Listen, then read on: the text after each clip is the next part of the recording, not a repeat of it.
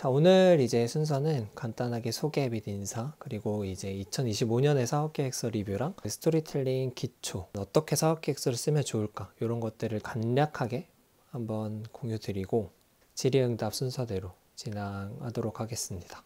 그래서 먼저 소개 세션부터 진행을 할 건데, 저는 스타트업 크리에이터 민성, 그리고 IT 프로덕트 개발 회사인 티릴리를 운영을 하고 있습니다. 그리고 창업자들의 커뮤니티 더 포텐셜이라는 커뮤니티 운영을 하고 있고, 한 2년 전쯤에 저도 서비스를 만들어서 이제 다른 회사에게 이제 약간의 엑시트를 했던 경험을 갖고 있습니다. 네, 그러면 바로 진행을 하도록 하겠습니다.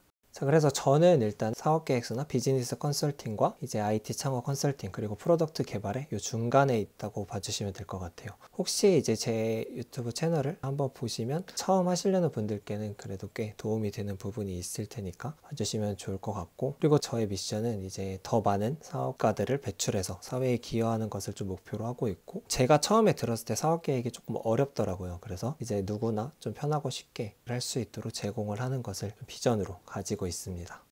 그래서 간단하게 우리는 왜 사업을 하는가, 이런 부분에 대해서 우리가 한번 이야기를 해볼까 합니다. 여러분들 혹시 왜 사업을 하시나요? 한 30초만 채팅에 적어주시면 감사하겠습니다.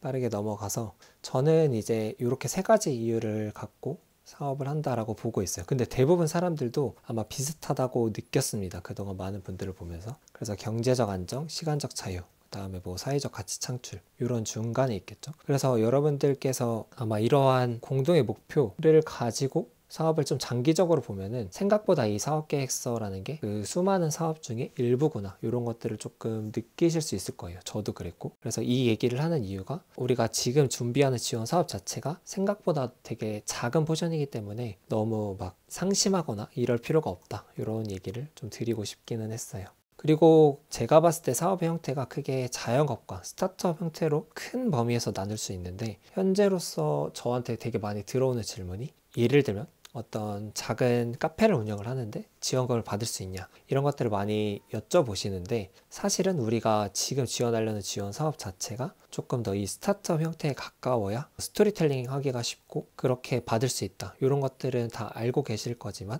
그래도 혹시 한번 짚고 넘어갔습니다. 그래서 바로 이제 사업계획서 리뷰로 넘어가 볼 건데요. 여러분들 이제 사업계획서 거의 다 쓰셨죠? 다 쓰고 계실 거고, 2024년과 좀 달라진 점을 보고 있는데, 혹시 2024년에도 준비해 보셨던 분 계신가요? 2024년에는 가이드가 되게 구체적이었어요.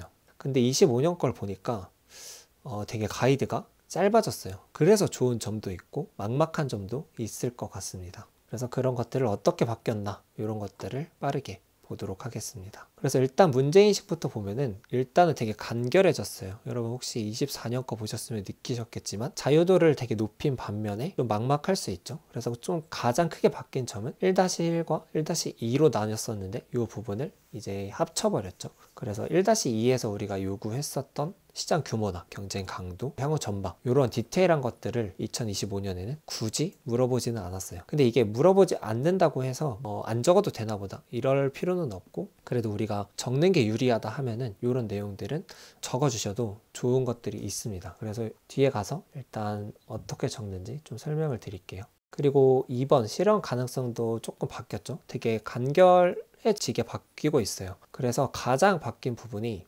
2024년에는 여태까지 이 제품 서비스 개발 구체화를 위해서 추진한 경과, 이력, 이런 것들을 기재해 달라고 명확하게 적어 놨었거든요. 그런데 2025년에는 그게 없죠. 성과를 아예 뺐어요. 근데 제가 봤을 때는, 저도 많은 질문을 받지만 이제 예비 창업을 준비하는데 어떻게 성과를 내냐, 나는 이 사업을 바탕으로 서비스를 만들고 아이디어를 구체화할 건데 어떻게 벌써 있냐, 이런 질문들을 진짜 많이 하시더라고요. 근데 사실 요즘은 다들 이제 경쟁률도 높아졌고, 또 심사위원 분들도 시행착오를 겪고 계신 것 같아요. 그래서 대체적으로 성과가 있는 기업들을 많이 뽑는다. 제가 봤을 때 대부분 그래요. 저한테 오셨던 분들은 다 그렇고, 성과가 있다는 거는 이제 그만큼 어떤 이 사업에 대한 관심도나 준비 정도가 충분히 되어 있다는 거죠. 그래서 가이드에서 성과가 빠졌다고 하더라도 저는 이 성과 부분은 되게 중요하게 보고 있어요. 그래서 꼭 넣어야 된다. 근데 이 성과가 꼭 매출이 아니라 내가 어떤 테스트를 돌렸을 때 얻은 시장의 데이터, 고객의 데이터, 예를 들면 뭐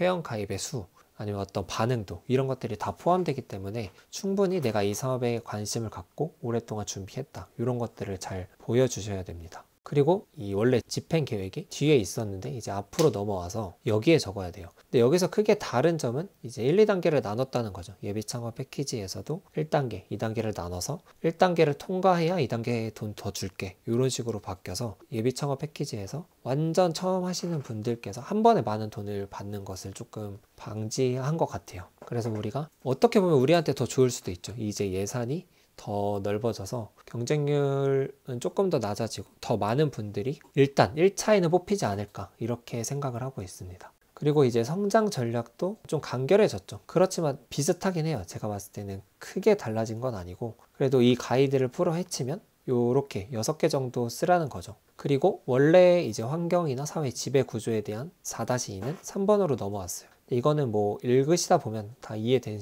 부분들이라서 보면 되고 이것들을 크게 바뀐 부분은 없지만 조금 더 간소화됐다.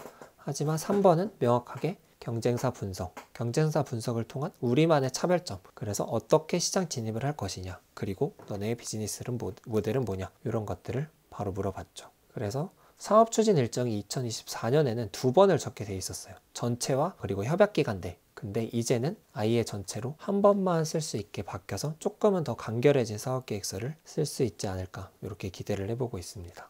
팀 구성은 사실 크게 바뀐 건 없죠. 그냥 2페이지였던 거를 1페이지로 바뀌고 우리 팀 구성 정보랑 인프라 어떤 기관과 협약을 하고 있냐, 협력을 하고 있냐 이런 것들을 물어봤습니다.